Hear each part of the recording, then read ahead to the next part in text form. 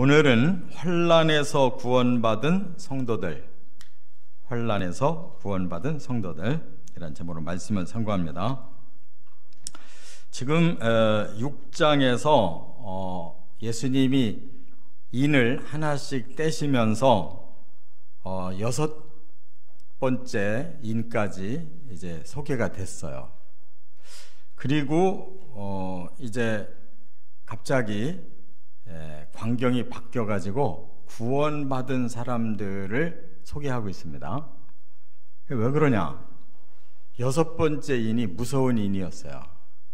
바로 이 세상에 이제 그 멸망의 환란이 그야말로 쏟아졌는데, 땅이 큰 지진이 일어났더니 그 여파로 인해서 하늘에 태양도 검어지고 별도 달도 핏빛이 되고 별도 막 우수수 떨어지고 하늘이 말리고 산도 섬도 막 옮겨졌다, 제자리에서 다 틀어졌다는 거예요.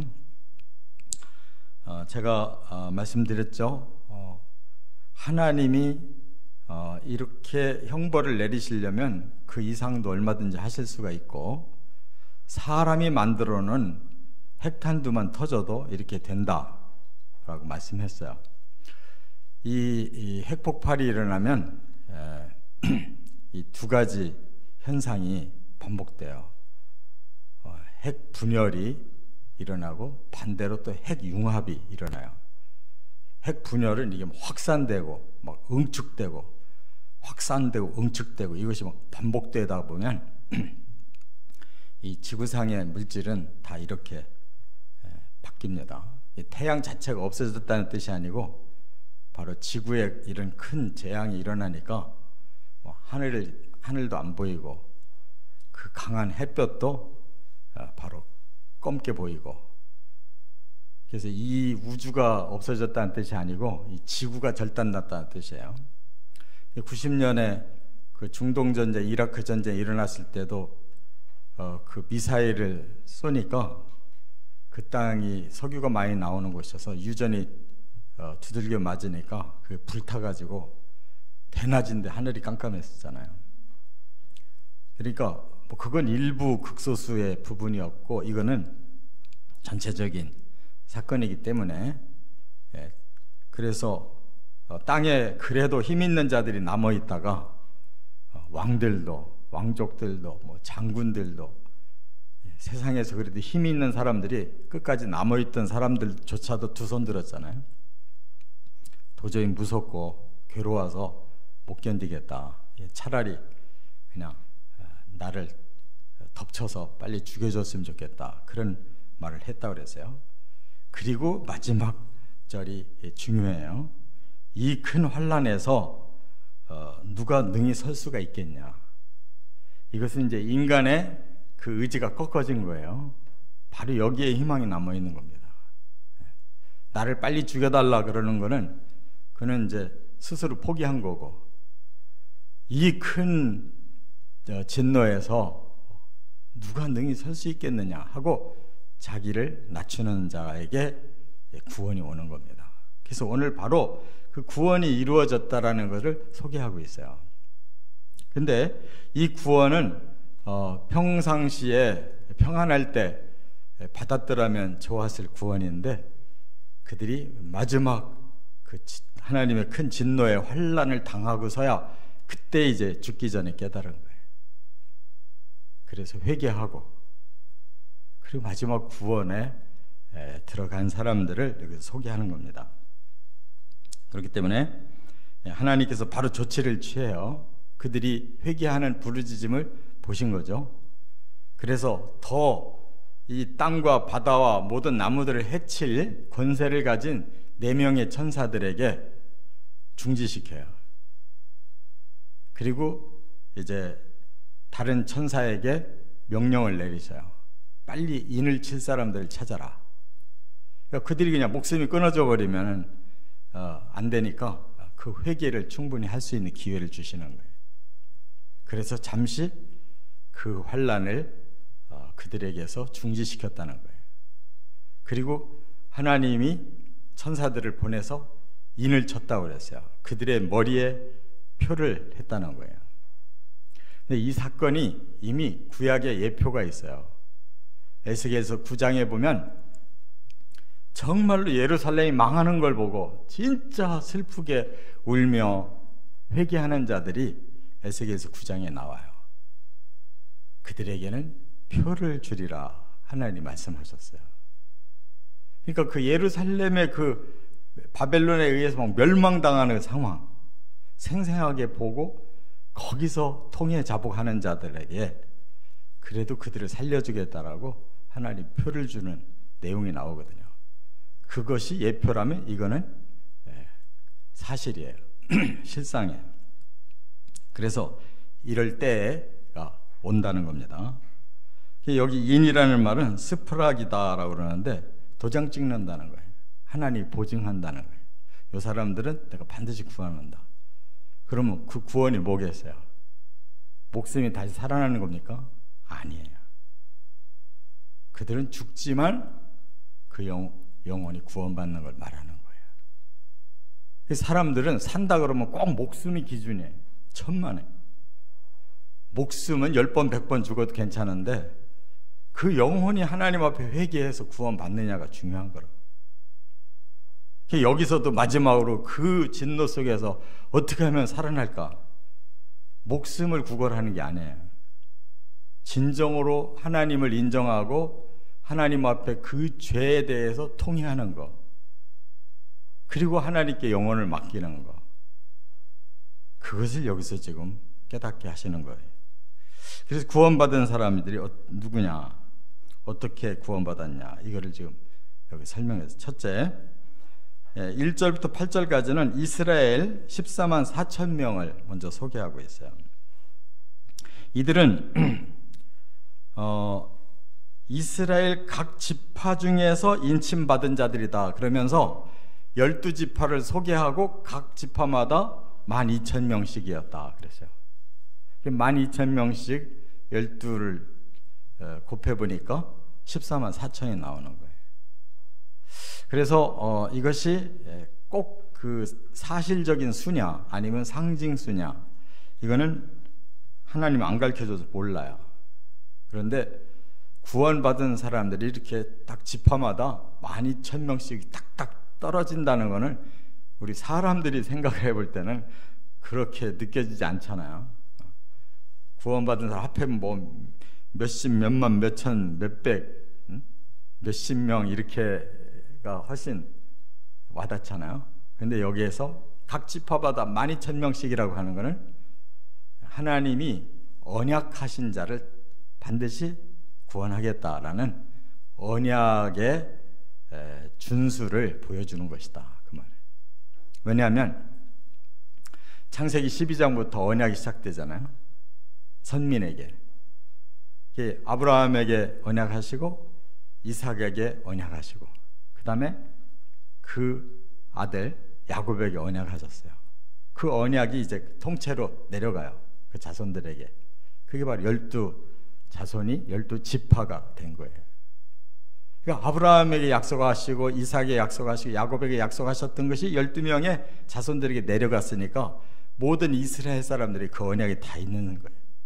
그들이 반드시 회개만 한다면, 하나님 앞에 돌아만 온다면 구원 주겠다, 보장하겠다, 그 말씀이에요. 그렇기 때문에 꼭 14만 4천, 그래서 꼭 이단들은 이 숫자를 중요시 여기거든요. 자기들하고 상관도 없어요. 우리 한국 사람 여기 들어가는 거 아니에요. 그런데 저 이만희 같은 사람들은 자기들 집단이 14만 4천이래. 넘었대네 벌써. 그리고 경쟁시키고 있대. 잘못하면 거기서 떨어진다고. 그런 엉터리가 어디 있어요. 요한계시록의 개자도 모르는 사람인 거예요. 이건 대환란 속에 지금 구원받는 겁니다. 중요한 건 하나님의 언약이 주어진 자, 하나님은 끝까지 버리지 않는데요. 버리는 건 그들이 버린 거예요. 하나님은 계속 언약을 주셨어요. 이 환란까지도 그들에게 속죄 기간을 주신 거라고요. 할렐루야. 이게 바로 하나님 사랑이에요. 예수를 보내신 것은 그 언약을 확대해서 전 인류로 확대한 거예요. 바로 우리에게도 그 언약이 온 거예요. 예수를 믿기만 하면, 회개만 하면 구원하겠다는 언약이 우리에게도 주어져 있기 때문에 그 막판에 그 언약을 붙잡고 회개하는 자는 구원시킨다는 거예요.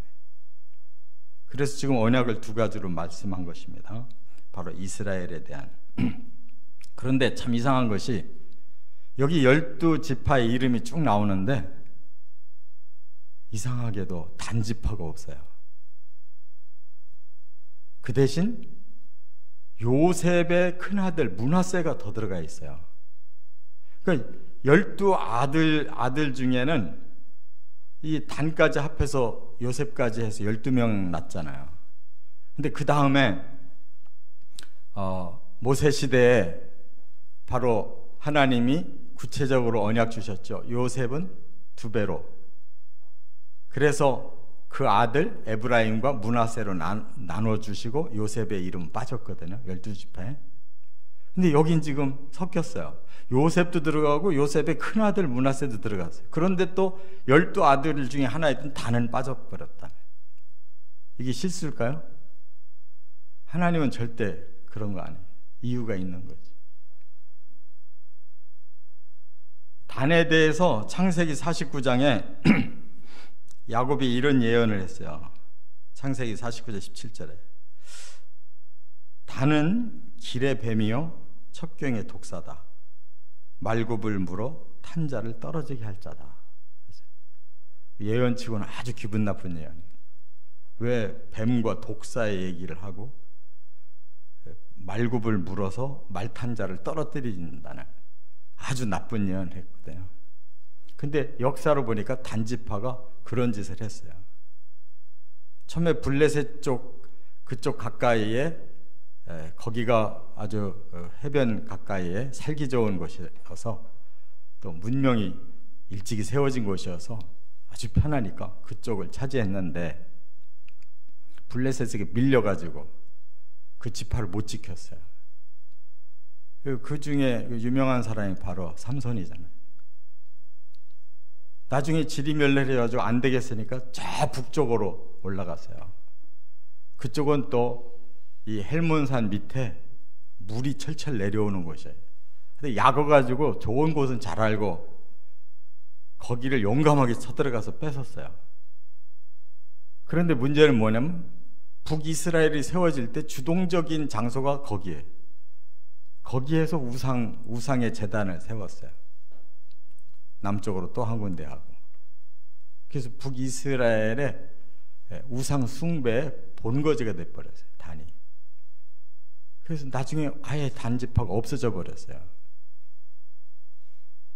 그러니까 여기도 없는 거예요.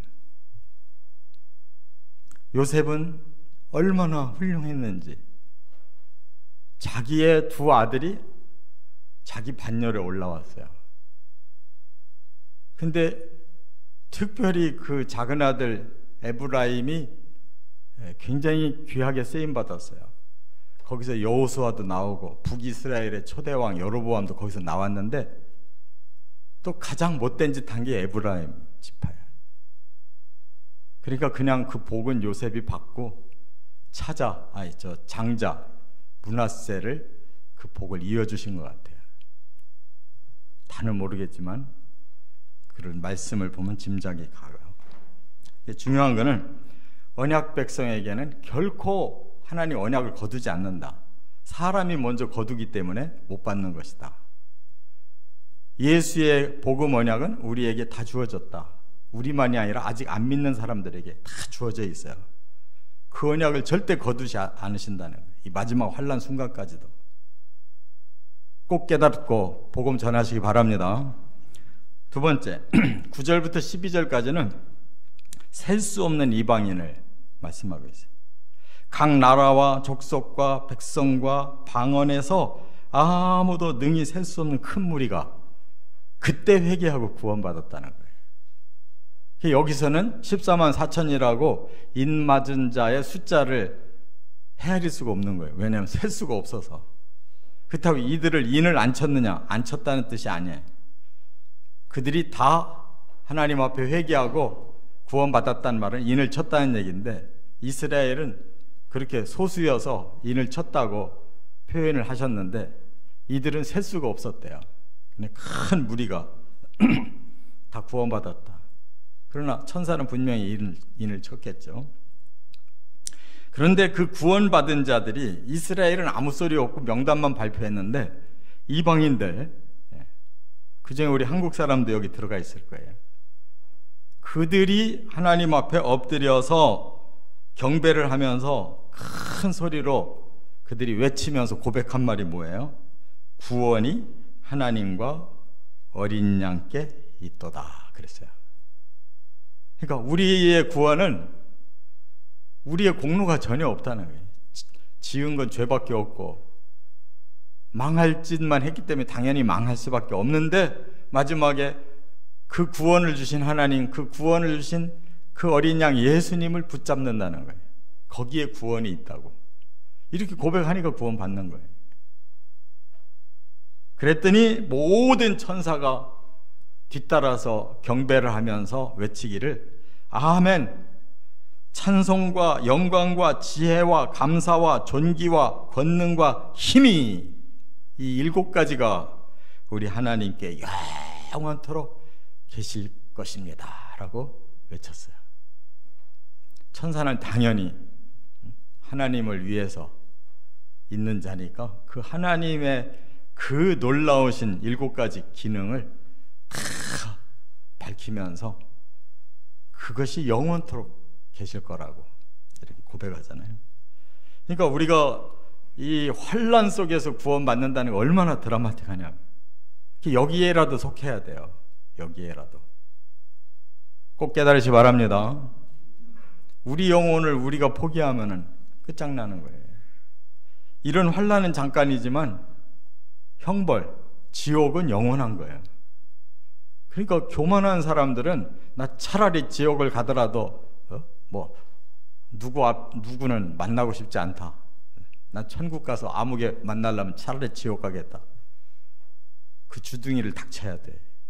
환난이 어떤 거인가를 모르기 때문에 헛소리하고 큰소리치고 이 땅에서 풀어야 될 걸 안 풀고 가는 사람들, 지옥 가서 어떡하려고 그래. 이 무서운 지구가 흔들려서 이렇게 망하는 가운데서 그 두려움 속에서도 이렇게 회개가 나오게 돼 있는데, 끝으로 세 번째 13절부터 17절, 환난 중에 회개하고 영생 얻은 자들이다. 그들이 누구였느냐? 환난 중에 회개하고 영생 얻은 자들이다 라고 결정적인 선언을 여기 장로 중에 하나가 했다 그랬어요. 오히려 장로가 강조하느라고 질문법을 써요. 요한에게 그들이 누구고 어디서 온 자들이냐. 그러니까 요한이 알 턱이 없잖아요. 장로님이 아십니다. 마치 예수님과 베드로가 갈릴리에서 다시 만나서 물어보듯이 주님이 아십니다. 그때 장로가 설명을 하는 거예요. 큰 환난에서 나오는 자들인데 어린 양의 피에 그 옷을 씻어서 희게 된 자들이다. 큰 환난에서 그들이 간신히 구원받았다. 왜? 회개하니까 예수의 피로 그들이 희어져서 구원받았다는 거예요. 근데 여기서 어디 그들이 회개했다는 말이 나오느냐? 바로 원어가 그렇게 써 있어요. 여기 보니까 환난에서 나왔다 이렇게 말했잖아요. 이 환난에서 나왔다라는 말이 뭐냐면 에서라는 이 단어가 전치사예요. 에크라 그러는데 뭐뭐로 말미암아, 뭐뭐 때문에, 뭐뭐로 인하여. 그러니까 환난 때문에, 환난으로 인하여, 환난으로 말미암아. 그 말은 뭐예요? 사람은 환난을 당하면 깨닫는 거예요. 아이들이 천방지축으로 까불다가 한번 혼이 나면 그 순간 훈련이 되는 거예요. 그 혼나는 그 순간이 그가 회개하는 시간이에요. 성경은 아이들을 반드시 회초리로 가르치라고 했지 그냥 오냐오냐 하고 길르라고 말하지 않아요. 왜냐하면 근본이 악하기 때문에 사람은 반드시 벌이 필요한 거예요. 그걸 뭐 감정으로 뭐 악한 마음으로 하라는 게 아니고 그를 의롭게 가르치기 위해서. 하나님도 지금 이렇게 천벌을 내리시잖아요. 거기서 이렇게 회개하는 사람이 나오잖아요. 오냐오냐라는 사랑은 그건 비성경적인 사랑이에요. 잘못된 건 분명히 일러줘야 되는 거예요. 혼내야 되는 거예요. 그것이 원인이 됐다는 거예요. 환난이 구원받을 기회가 됐다는 거예요. 그래서 나왔다라는 이 단어가 뭐냐면 엘코마이에요. 이게 돌이켰다라는 뜻이에요. 이 단어가 어디에도 나오냐면 누가복음 15장 탕자에게서 나오는 거예요. 지멋대로 살다가 돈이 다 떨어져서 돼지 먹는 쥐엄 열매마저도 못 먹게 하니까 거기서 탄식이 나온 거예요. 내 아버지 집에는 종들도 양식을 풍성히 먹었는데 내가 이 꼴이 뭐냐? 얘 돌이켜 그랬어요. 회개한 거지. 아, 아버지 집에 있을 때가 진짜 행복했었구나. 내 멋대로 살았더니 이렇게 나는 망했구나. 거기서 돌이켰다는 거예요. 마음을 바꿨다는 거예요. 이게 회개라는 뜻이에요. 마음 바꾸면 회개가 되는 거예요. 할렐루야. 우리가 마지막으로 할 수 있는 기능 이것밖에 없어요. 환난 속에 우리는 죽어갈지라도 우리의 영혼을 열고 마지막 마음이 돌이켜서 회개하면 예수님이 그 죄를 씻고 당장에 구원받는 거예요. 그래서 뭐라고 그랬어요? 그들이 하나님 보좌 앞에 서 있더래요. 영혼이 구원받은 거지. 그랬더니 하나님의 성전에서 그때부터는 밤낮으로 섬기더래요. 살아있을 때 좀 섬기지. 교회 열심히 다니고 좀 봉사도 하고. 죽고 나서 그때 간신히 구원받고 하나님 앞에 가서 섬기기 시작하더래요. 밤낮.